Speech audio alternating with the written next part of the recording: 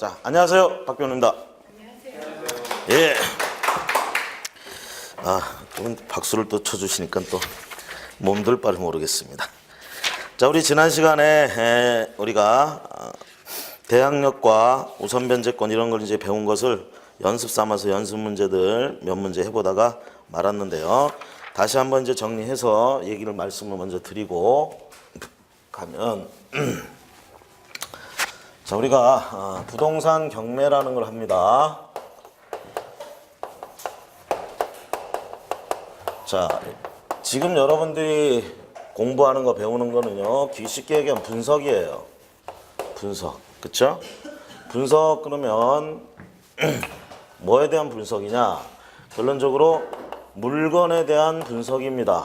물건에 대해서 분석을 하는데 이거 경제적인 값어치라든가 법률적인 문제 이런 것들을 주로 이제 우리가 분석을 하는 거예요, 여러분들. 근데 이 부분은 그렇다 치고 우리가 이제 수업 시간에 하는 부분은 이런 건데, 자, 법률적인 이쪽에 있어의 분석이라는 건 대부분은 권리 문제입니다. 권리. 자, 이 물건에 어떤 권리가 있느냐? 내가 결국은 낙찰을 통해서 경매를 통해서 소유권을 취득을 하는데 그 소유권 외에 다른 권리가 붙어 있어 가지고 나에게 부담이 되느냐 되지 않느냐, 이걸 우리가 분석하는 게 주 목적이다, 이렇게 보시면 되겠고요. 자, 그렇게 분석을 하기 위해서는 결과적으로 권리 분석이라는 걸 하게 되는데 어디에 포인트를 맞춰 가지고 하느냐, 크게 보면 두 가지입니다. 하나는 대항력 여부, 하나는 우선 변제권 여부, 이렇게 되는 거예요. 사실 낙찰을 받으려는 사람 입장에서는 이것까지도 신경 쓸 필요는 없어요. 사실은 요거 하나예요. 대항력. 내가 소유권을 취득했는데 내가 소유권자인데 감히 나한테 대항할 수 있는 자가 있다. 이렇게 되면 뭐예요? 내가 소유권을 온전하게 행사할 수가 없다, 이렇게 되는 겁니다. 그렇죠? 내가 소유권을 온전하게 행사하려면 어떻게 돼? 소유권의 내용인 사용, 수익, 처분을 내 마음대로 할 수 있어야 되잖아. 그렇죠? 근데 그것을 못하게 됐다라는 얘기야. 왜? 누군가가 이 물건에 나보다 먼저 어떤 권리를 갖고 있고 그것이 나에게 대항할 수 있는 힘이 있기 때문에. 그러니까 사전에 우리가 뭐예요? 그것을 사기 전에, 낙찰받기 전에 그런 게 있는지 없는지 분석을 해본다라는 얘기입니다. 자, 분석을 해가지고 결론적으로 나오는 건 뭐예요? 대항력이 있다, 없다, 둘 중에 하나 나오는 거란 말이죠.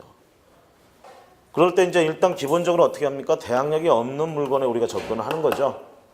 그렇죠? 이게 이제 기본적인 마인드예요. 대항력이 없는 거에 접근한다. 대항력이 없는 물건에 가격이 어느 정도 적당하게 떨어지면 접근한다. 이게 기본적인 전략입니다. 경매에서는. 그 이제 여기서 이제 한 단계 더 업그레이드 되면 대항력이 있는 물건에도 접근을 하는 거예요. 결론은 그거잖아. 가격만 맞으면. 그렇죠? 대항력이 있다 하더라도 그것을 내가 모두 다 커버할 수 있는 뭐 금액을 지불한다 하더라도 그렇게 하더라도 시중보다 싸다. 이렇게 하면 이 방법도 괜찮다라는 얘기죠. 그렇죠? 그래서 대항력이 있느냐 없느냐 이 부분. 결론적으로 대항력이 있는 임차인이 있는데도 불구하고 우리가 취득을 했다. 그러면 결국은 협상하는 거예요, 협상.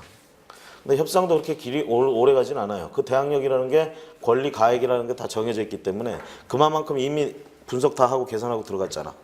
그렇죠? 지불하면 되는 거죠. 지불하면. 문제는 여기 없는 애들. 자, 이런 애들은 이제 뭐예요? 나가줘야 된다는 얘기예요. 대항력이 없으니까 나한테 대항하면 안 돼. 낙찰자한테 대항하면 나가야 되는데, 중요한 건 여러분들이 혹시 역지사지 해가지고 그 위치가 되면 아시겠지만 절대 못 나가죠. 내가 지금 보증금이 얼만데 다 날리게 생겼단 말이야. 어떻게 나가? 그냥 못 나가요. 결국은 저항이 심할 수밖에 없다는 얘기입니다. 대항력이 없는 임차인의 입장에서는 대항력이 심할 수밖에 없다는 거.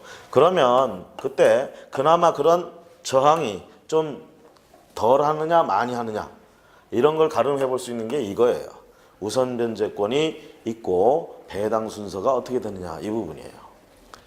그래서 배당 순서상에 섰을 때 우리가 지난 시간부터 연습하고 있죠. 계산. 이렇게 해봤을 때 한 푼이라도 받아갈 게 있거나 이렇게 된다면 결론적으로 저항이 좀 덜하다, 이렇게 되는 거죠. 협상의 여지가 있다라는 얘기고 충분히 내보낼 수 있는 상황이 된다라는 얘기가 됩니다. 제일 중요한 건 한 푼도 배당받지 못하는 자들. 이런 자들이 결국 가장 속을 썩이고 힘들게 한다라는 부분. 자, 그럴 때 그런 사람들에겐 별 수 없습니다. 국가가 보장해주는 공권력을 동원하는 수밖에 없어요. 그래서 인도명령 신청을 하고요. 그 인도명령 신청서가 나오면, 결정문이 나오면 그걸 가지고 강제 집행 들어갈 수밖에 없다라는 얘기입니다. 그래서 이런 절차로 간다. 결국은 우리가 권리 분석 단계에서 이런 것까지 전부 다 상상을 해볼 수 있는 거예요. 실행하기 전에 이미 계획에 이게 다 나오는 거야. 그리고 어디까지나 이거는 뭐예요? 앉아서 해보는 분석이에요. 그러면 현장에 꼭 나가서 또 해봐야 되죠. 이게 있다 없다를 가리는 게 제일 중요합니다. 앉아서 서류상으로 있다 없다를 가렸으면 그걸로 끝이 아니라는 거야. 현장에 나가가지고 눈에 보이지 않는 권리, 즉 서류에 보이지 않는 권리, 대표적으로 등기부에 나오지 않는 권리가 유치권 같은 게 있잖아요. 그렇죠? 또는 법정 지상권이 성립돼 버릴 수도 있어요.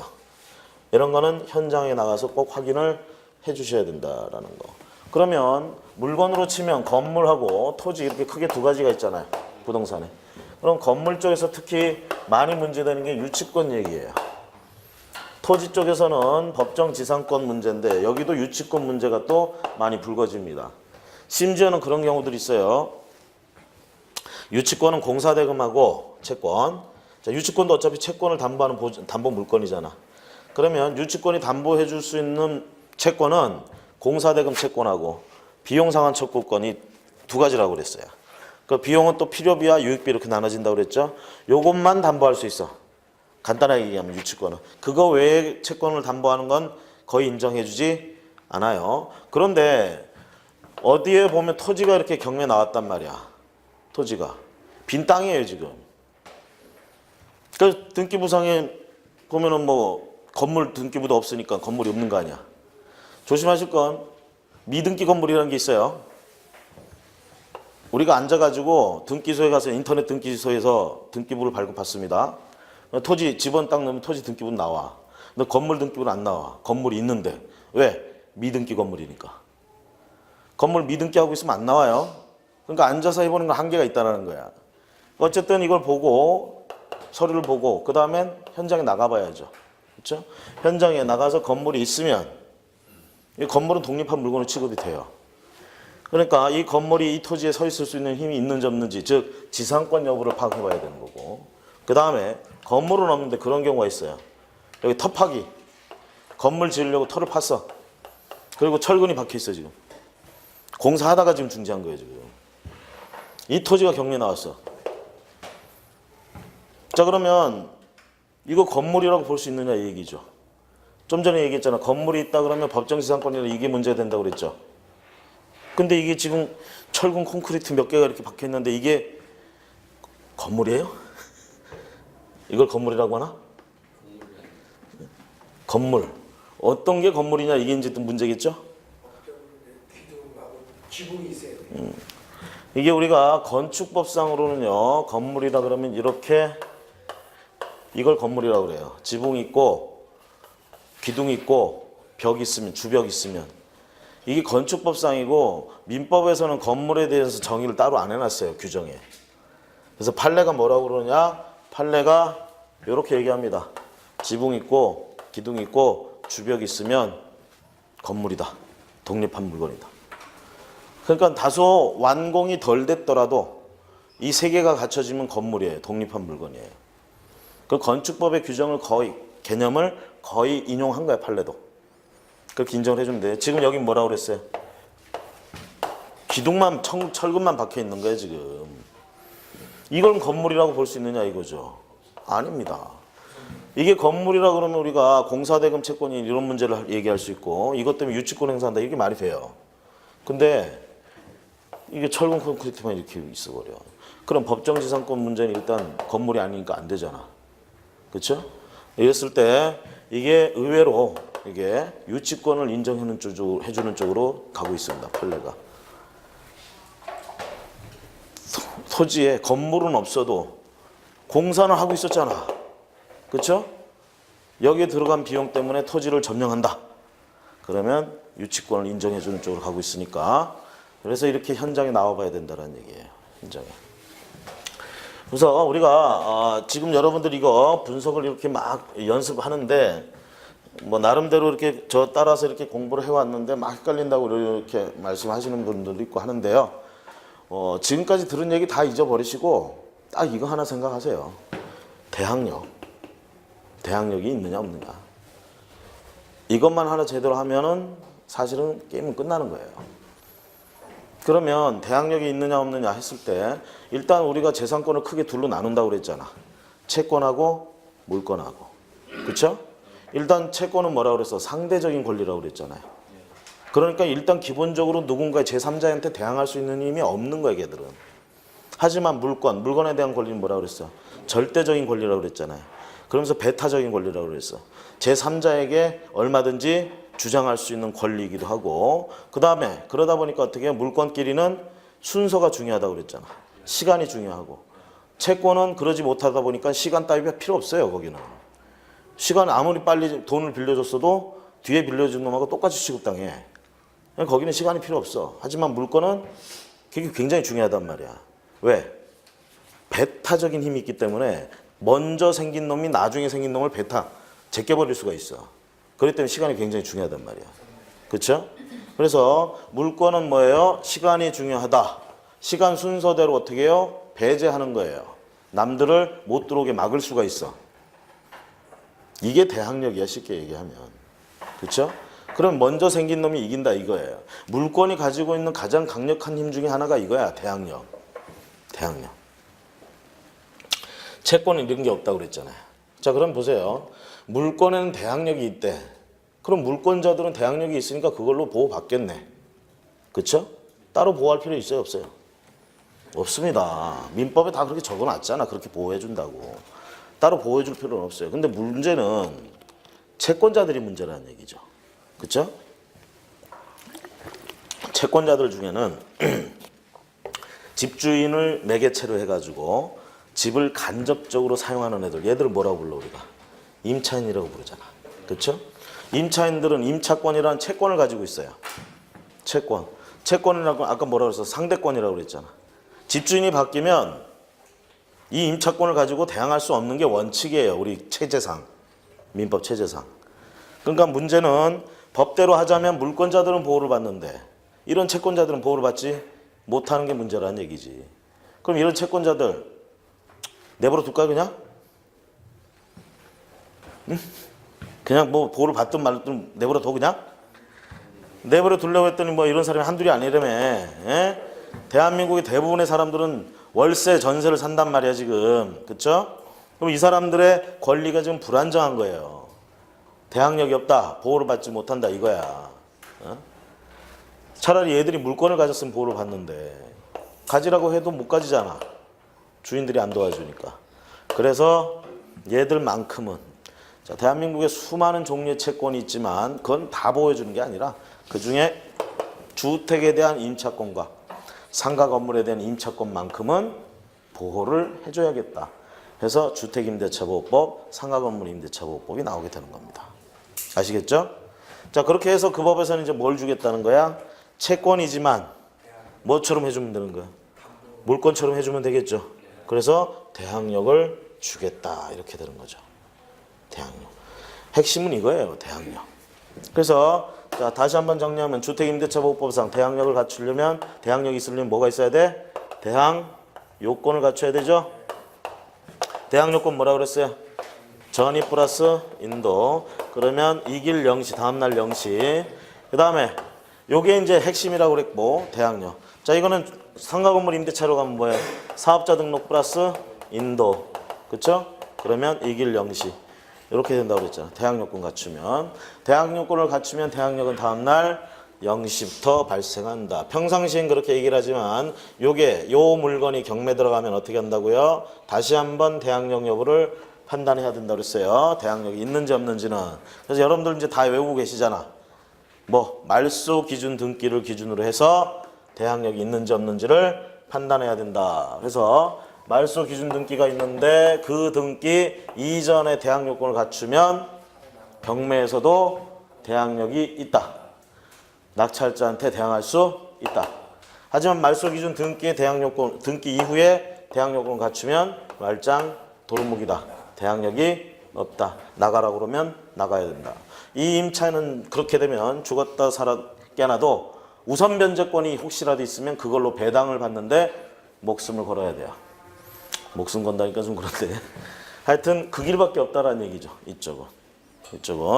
자, 그래서 대항 요건 이렇게 해가지고 하는데 좀 전에 본 것처럼 말소 기준 뒤에 들어가는 바람에 대항력이 없는 이런 임차인 또 구제를 해주자 이 얘기입니다. 그러기 위해서 실제로 보증금 같은 거 돌려받는 게 굉장히 중요한 문제죠. 임차인들. 그래서 뭘 준다? 그러다 보니까 우리가 물권에는 대항력만 있는 게 아니라 담보물권에 특히 우리 표준이라고 할 수 있는 저당권 같은 경우 뭐 가지고 있어요? 우선 변제권 가지고 있잖아. 그래서 얘들한테도 이 임차권자들한테도 임차 보증금 반환 청구권이라는 채권을 배당을 받아갈 수 있게끔 보장해주기 위해서 우선 변제권을 주자 이렇게 얘기가 됩니다. 그래서 우선 변제권, 자 이거 요건은 뭐라고 그랬어요? 대항 요건 플러스 확정일자 이렇게 얘기를 했습니다. 이거는 상가건물 임대차법부터 같죠. 대항 요건 플러스 확정일자 받는 곳이 다를 뿐이에요. 이렇게 하면 우선 변제권이 발생한다. 저 우선 변제권이라는 힘은 권리에 있는 저 우선 변제권이라는 힘은 평상시에 그냥 아무 때나 쓰는 게 아니다. 언제? 경매할 때만 필요한 권리다. 경매할 때 특히 배당받을 때 필요한 권리다. 아시겠죠? 배당을 받을 때 필요하다는 얘기는 뭐예요? 우선 변제권이 있는 애들은 순서대로 서 있다가 배당받아갈 수가 있다. 아니면 없다. 이렇게 되는 거죠. 자, 그러면서 제가 그 배당해 주는 거에 대해서 배당표를 작성하는 방식 해가지고 틀을 말씀을 드렸고요. 틀 안에서 순서 이렇게 말씀을 드렸죠. 저는 그렇게 하죠. 그래서 처음에 뭐 영순위로 가는 게 비용, 그 다음에 제3취득자의 뭐 비용, 그렇죠? 경매 비용, 제3취득자의 비용, 그 다음에 1순위에 가서 최자 듣는 애들, 최우선 변제권자라든가 임금 근로자들 이런 것들, 그 다음에 두 번째 가가지고 흔히 당해세라고 하는 것들, 세 번째 가가지고 여기서 이제 뭐예요? 우선 변제권이 있는 권리들이 잔뜩 나오는 거예요. 여기서 이제 나오면 사실 배당은 여기 가면 끝이에요. 남는 거 없어요. 여기서 다 끝나. 그러면 요거 이제 우리가 순서 잡는 거야. 왜? 우선 변제권이니까 순서가 중요하다라는 얘기죠. 그렇죠? 그러면 여기에 우선 변제권자인 임차인들도 여기서 나오는 거예요. 여기서 그 날짜, 보장받은 날짜로 줄을 서는 거야. 저당권 같은 것도 등기를 가지고 여기서 줄을 서는 거예요. 여기에 이제 또 뭐 있어? 가압류라는 게 있죠. 가압류 등기도 여기서 나와, 줄을. 그런데 이제 배당해 줄 때 뭐가 문제냐면 가압류권자는 가압류 등기를 했다 하더라도 채권이에요. 그렇죠? 그러니까 가압류권자 차례되면 우선 변제권이 없기 때문에 가압류권자 뒤에 쪼르륵 서 있던 애들 전부 옆으로 해가지고 옆으로 나란히 서 한 다음에 동순일 때 항상 해주는 방식 채권에게 비례해서 계산해 준다. 이렇게 되는 거죠. 그렇죠? 이게 기본. 얼마 안 되죠. 이것만 기억하시면 돼요. 이걸 가지고 나머지는 전부 응용이에요. 연습이고. 이것만 똑바로 딱 기억하고 있으시면 나머지는 그거를 그때그때 응용하시는 거야. 응용은 그냥 하루아침에 되는 게 아닙니다. 저하고 같이 이렇게 연습도 해보시고, 그렇죠? 사실 11번째까지 이렇게 하면 어느 정도 다 돼요. 어느 정도 다 된다고. 지레 겁먹고 막 안 된다고 자꾸 생각하시면 우리 그 있잖아. 우리 머리는 주입식이기 때문에 된다 그러면 돼. 안 된다 그러면 안 돼. 아시겠죠? 그리고 이제 제가 살다 보니까 뭐 별 차이가 많은 것 같지는 않은데 조금 있는 게 뭐냐면 긍정적으로 이렇게 생각할 때가 좀 더 즐거웠던 것 같아요. 잘 됐는 것 같아, 일이. 좀 부정적으로 좀 했더니 늘 안 좋아. 그래서 조금 생각을 긍정적으로 된다. 그리고 솔직히 뭐 대학력 이런 거 모르면 어때 또? 응? 모르면 어때? 응? 그렇죠. 모르면 어때? 여러분 나를 아시잖아. 어? 나한테 물어보면 되지 뭐. 그렇죠? 그래서 편안하게 좀 생각을 하시고요. 자, 지난 시간에 이어서 요 3번 같이 한번 해보도록 하겠습니다. 예제 3번. 뭐 기왕에 다 해보신 분들 있으시더라도 저랑 같이 한번 해보는 시간을 갖도록 할게요. 자, 일단 사건 번호 쪽에 보시면 뭐 성업검사라는 게 있는데 이게 이제 경매 신청한 채권자다 이렇게 볼 수 있고요. 거기 이제 오세호라는 사람이 이 사건의 이제 채무자다 뭐 이렇게 볼 수 있고요. 그 밑에 이제 유부장이라는 사람이 소유자, 이 물건의 소유자다 이렇게 될 수가 있어요. 자, 이거 쉽게 얘기하면 뭡니까 이거? 채무자하고 소유자가 다르네. 그쵸? 그럴 수 있어요, 없어요? 있죠? 채무자하고 소유자가 다를 수 있다, 없다? 있죠? 여러분들, 자, 보세요. A가, 얘가 이제 돈놀이 하는 놈이야. 돈놀이 하는 놈이야. 얘가 지금 갑한테 돈을 빌려줘요. 얘 최대 관심사는 뭐겠어요? 이거 회수할 수 있느냐 이거예요. 이게 가장 큰 관심사야, 얘 입장에서. 그럼 얘를 보고 돈을 빌려준다. 얘만 딸랑 보고 돈을 빌려준다. 언제 봤다고. 그쵸? 믿을 수가 없어. 그럼 얘는 요구하는 게 뭐예요? 뭔가 믿을 건덕지를 내놔라 이 얘기야. 그럼 믿을 건덕지 보증제도라고 그러죠. 보증제도. 우리나라에서는 두 가지 스타일의 보증제도가 있어. 하나는 인적 보증, 하나는 물적 보증. 인적 보증 뭐예요? 여러분들이 흔히 알고 있는 보증이야 그게. 보증 서는 놈한테는 딸내미 주라고 해서 주지 말라고 그랬어. 보증 서는 놈한테는 딸내미도 주지 말라고 그랬어요. 우리나라의 보증제도가 상당히 안 좋아 이거. 응? 편하니까 막 이렇게 하는데 패가 망신해 이게. 줄줄이 엮여서 망하는 거야 이거. 응? 그래서 애지간하면 보증을 안 서는 게 좋고, 제 고등학교 때 우리 담임선생님도 그러셨습니다. 우리 담임선생님 일찍이 사회에 대한 교육을 해주겠다고 그러면서 친구들 간엔 돈 거래하는 거 아니다. 그 다음에 두 번째, 보증은 절대로 서지 마라. 본인이 보증서다 한 번 망했어. 보증은 절대 쓰지 말래. 보증은. 그래서 자 이게 있는데 요게 또 이제 보증도 여러 가지예요. 사람을 잡는 거죠. 이건 쉽게 얘기하면. 그렇죠? 이게 그냥 보증이 있고 연대 보증이라는 게 있어. 딱 느낌에 그냥 보증이 더 심할 것 같아. 연대 보증이 심할 것 같아. 왠지 연대가 더 심할 것 같죠. 그렇죠? 연대 보증이 심해요. 심하다고. 그러니까 혹시라도 보증을 쓸 일이 있다 그러면 그냥 보증을 쓰세요. 연대 보증 말고. 그 다음에 요 인적 담보, 즉 이 보증 제도는요. 어떤 문제점이 있냐면 갑이 예를 들어서 2억을 빌려요. 그러면서 보증을 섰어요. 보증을. 그러면 갑이 이 2억에 대해서 변제 능력이 없게 되고 갚지 못하면 이쪽에서는 어떻게 해요? 2억을 대신 갚아줘야 되는데 2억 전체에 대해서 책임을 지게 되는 겁니다. 그런데 여기 얘기하는 이제 물적 보증은 어떻게 되느냐? 집이 한 채 있어요. 의뢰집이야. 갑이 A한테 돈을 빌리면서 요거 좀 저당 잡히자 이렇게 얘기를 합니다. 저쪽에서는 담보를 요구하니까. 그쵸? 얘는 집이니 뭐니 하나도 없어 부동산이. 근데 친구 의뢰 이게 있단 말이야. 그래서 얘한테 부탁을 하니까 얘가 해줬어요. 그러면 여기에 저당권이 등기가 됩니다. 뭐 근저당권이든 저당권이든 등기가 돼요. 그럼 채권자는 A가 되고요. 채무자는 갑이 되고요. 그걸로 끝이야 그냥. 소유자는 을로 돼 있어 이 집은. 이런 사람을 우리가 뭐라고 부르냐? 물상보증인이라고 불러요. 물건으로 보증 섰다 이 뜻이야. 그나마 얘가 얘보다 나은 건 뭐냐? 만약에 2억을 빌렸는데 이게 실제로 1억짜리밖에 안 돼.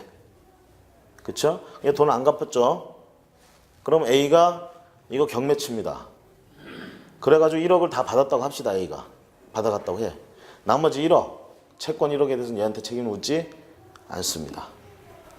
그러니까 물상보증인의 책임, 이 책임은 물건에 한정되는 거예요. 책임이. 여기는 무한이야. 2억을 다 책임져야 돼. 자기 전 재산을 가지고. 하지만 여기는 딱 저당권 설정해 놓은 그 물건만 날리면 끝이에요. 더 이상 책임질 필요가 없어요. 그래서 혹시라도 누가 보증서 달라고 그러면 연대보증은 피하고 그냥 보증을 쓰느니 부동산 있으면 저당권을 설정해 주세요. 물상보증인이 되는 게 낫습니다. 근데 사실 주변에 그런 사람이 있으면 참 괴롭습니다. 그렇죠? 그게 친구가 아니라 친인척이면, 그렇죠? 내 부모 형제면 상당히 힘들죠. 나중에 가면 이제 자식이 또 괴롭혀요. 자식이 아버지 나 사업하기 돈 좀 줘봐. 그렇죠? 돈 좀 빌려줘. 이렇게 된다고. 제 주변에 이제 아는 친구도 자식이 벌써 그런 나이는 아니죠. 지가 이제 그러는 거야. 부모님 쫓아가가지고 돈 좀 달라. 여러분들 혹시 이제 이거 우리 그게 있어요. 돈이 이제 조금 이렇게 쌓이면 우리가 저축이니 뭐니 이렇게 들어가지고 목돈이 이제 생기잖아요. 그렇죠? 그럼 이제 목돈을 가지고 또 투자를 할 생각을 한다고요. 대부분의 사람들은. 근데 이제 재수가 없는 사람들은 그 목돈 딱 생기면 어디선가 그 돈 쓸 일이 생겨 또. 희한해요. 배우자가 이제 막 돈을 모았어. 와이프가. 그럼 목돈 딱 타잖아요. 그럼 남편이 이상하게 냄새를 잘 맡아. 차 사달래. 차 사. 이런 식으로 이제 샌단 말이야. 근데 이제 그렇게 세질 않으면 되게 투자를 하려고 그래요. 이제 근데 그 돈의 규모를 가지고 이제 어디에 투자를 하냐. 쉽게 얘기하면 가장 일반적인 노멀한 투자 방법은 둘 중에 하나예요. 우리나라에서. 주식 아니면 부동산입니다. 그렇죠? 금융 쪽 아니면 현물 쪽이에요. 물건. 이 둘 중에 하나란 말이야. 그랬을 때 이제 부동산 쪽이 좀 더 안전하다. 뭐 부동산 불패 신화 뭐 이런 것들 때문에 이쪽으로 오는데 이제 하려고 이제 달려들려고 봤더니 돈이 문제인 거야. 여긴 굉장히 금액이 단위가 클 것 같아. 느낌에. 그래가지고 망설이는 거죠. 여러분들 경매 강좌 처음에 들을 때 저한테 물어봤던 거 물어보시진 않았던 것 같은데 다른 강좌에서는 많이 물어보는 게 경매하려면 얼마 있어야 되냐는 질문이 좀 나와요. 얼마 있어야 되느냐. 사실 저는 답이 없다고 생각합니다. 얼마 있어야 되는 게 아니라 중요한 건 내 생활에 들어가지 않을 돈이 있어야 돼요. 조금이라도. 생활비 갖다가 쪼개가지고 투자할 수는 없습니다. 아시겠죠? 투자라는 건요, 아무리 계획을 잘 세우고 한다 하더라도 어쩔 수 없는 상황이 벌어질 수도 있어요. 묶일 수가 있다는 얘기죠. 근데 그걸 생활비로 써야 된다 그러면 어떻게 돼? 헐값에 넘기게 되는 거예요, 결론적으로. 내가 약자 위치에 서게 되는 거죠. 그래서 되게 이제 투자를 하고 할 때는 절대적으로 돈을 빌려서 한다든가, 원칙적으로 돈을 빌린다든가, 또는 급하게 써야 될 돈을 가지고 그렇게 하는 게 아니라는 얘기입니다. 어쨌든 부동산 쪽으로 안 오면 되게 이제 또 주식 쪽으로 가는데, 이제 주식을 직접 하는 사람들 깡통 차죠, 또 결론. 대부분은. 개미들은 못 살아남아요, 우리나라에서. 어? 깡통 찬다고. 그러니까 이제 뭐예요? 아, 내가 하면 안 되겠다. 그래서 어떻게 합니까? 증권사들의 그 예탁을 하는 거죠. 그래서 걔들이 운영을 해주잖아. 펀드, 각종 펀드들. 자, 이러면 국가에서 허락을 받고 이 펀드를 운영하는 애들, 증권사에 있는 펀드들이 있고요. 이거 말고 이제 사모펀드라고 해가지고 개인들이 그냥 모여가지고 돈 모아가지고 하는 애들이 있어요.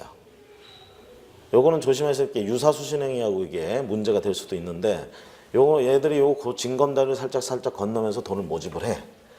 돈을 모아가지고 얘들이 나름대로 이제, 여러분들이 이제 주식 투자는 이제 간단하게 하면 쌀 때 사서 비싸게 판다. 부동산 이거 경매하는 것처럼 그것만 생각하는데, 전략적으로 보면 그거 말고도 수많은 투자 패턴이 있어요. 그래가지고 이건 프로그램만 잘 짜놓으면 결론적으로 일정한 수익이 계속 나올 수 있는 그래프도 그릴 수가 있어. 그게 이제 해지나 뭐 이런 상품들까지 해가지고.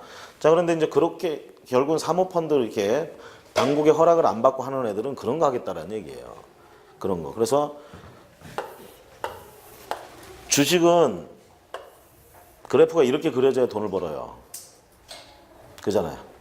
내가 여기서 사고 여기서 팔아야 되는 거 아니야. 그렇죠? 근데 얘들이 이제 이거 주식 상품 하나만 가지고 하는 게 아니라 선물 옵션까지 결합을 시켜가지고 공매도도 치고 뭐 하고 막 잔뜩 해가지고 이런 그래프를 그릴 수 있어요. 이런 그래프를. 그러면 예를 들어 주가 지수가 요 구간을 안 벗어나면 요건 뭐예요? 플러스죠. 요 수익이 나온다 이거야. 거의 99%가 확실한 그림이 그려져요, 이게. 그러니까 이렇게 프로그래밍을 하는 거예요. 컴퓨터를 가지고. 그렇게 해서 이렇게 해놓는데, 이게 만약에 여러분들 9.11 아시죠? 9.11 사태. 그런 거 한번 터지면 그런 지수가 일로 밖으로 튀어나가면 아작나는 거예요. 아작나는 거예요. 대개 1년에 12달 중에 10달은 이 예측 범위 안에 있어요. 그래서 어느 정도 그래프를 그리면 어느 정도 다 수익이 나와. 매달 해가지고. 근데 한두 달은 얻어 터지는 달이 있어. 세계 경제적으로 보면. 그 달에 걸리면 그동안 번 거 다 까먹고 원금도 날리고 그런 수가 종종 나와요. 제가 이걸 자세히 아는 이유는 제가 투자를 한 게 아니라 제 친구가 투자를 했어요. 제 친구가 투자를 해서 지금 요거 운영하던 팀은 지금 교도소에 가 있고요. 뭐 이러고 있어요.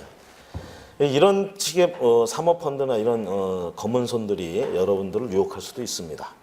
그래서 그런 부분들을 좀 조심을 하시고 이런 생각을 하셔야 돼요. 우리가 보통 이제 기대 수익률 뭐 이렇게 얘기를 하는데 수익이 높으면 높을수록 좋죠. 수익률이 높으면 높을수록 좋은데 이게 시장 경제상 그럴 수가 없다라는 얘기입니다.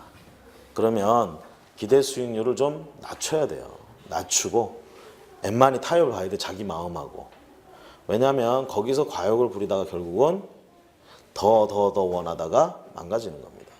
여기서 조금만 과욕을 버리고 적정선에서 타협을 하면 충분히 자산을 굴려서 안정적으로 수익을 볼 수 있는 것들이 많아요.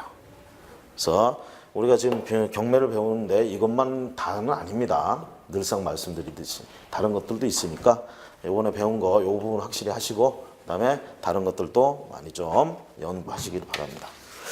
자, 어쨌든 보증 이런 얘기를 했어요. 자, 그러면 여기서 보면 이제 유부장 같은 사람이 소유자다 그러면 결국은 채무자 5세5의 채무를 물건으로 보증선 사람이다. 이렇게 보시면 되겠어요. 소재지는 뭐 성북구 장이동에 있고요. 창문 여중 어쩌고저쩌고 해 나와 있고 면적은 가시면 대지가 152제곱미터고요. 건물이 3층까지 있고 지층도 있네요. 그 다음에 옥탑이 있습니다. 그 다음에 거기 제시외라는 게 있어요. 제시외. 일단 뭐 건물 보시면 방이 막 4개, 3개 뭐 이렇게 있는 거 보니까 일단 임차인이 엄청나게 많을 것 같다는 예감이 딱 들죠. 그리고 오른쪽에 가보니까 딱 있잖아 또. 그렇죠? 그러면서 이런 거는 이제 쉽게 얘기하면 이런 건 이제 오늘날로 치면 거의 다가구급이에요. 이런 게 다가구. 자, 그러면서 거기 제시외라는 게 있어. 제시외. 이 생각을 한번 해볼까요? 건물이 있어요. 보존 등기 했어요.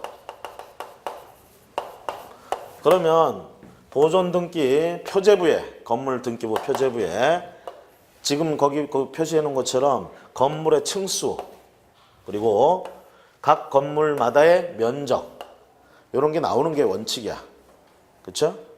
자, 그런데 여기 한 필지 대지인데 여기가 좀 남아가지고 이 건물에 그 쓰기 위해서 여기다가 창고 건물 하나 지었어요. 창고. 건물이니까 뭐야? 지붕 있고 벽 있고 기둥 있다는 뜻이잖아. 그렇죠? 그리고 이건 창고로 쓰는 거야. 뭐에? 이거의 창고로. 그런데 이렇게 해놓고 등기를 안 해.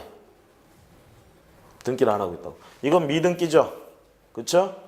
결론적으로 뭐냐면 A가 여기다 저당권 설정해 놨습니다.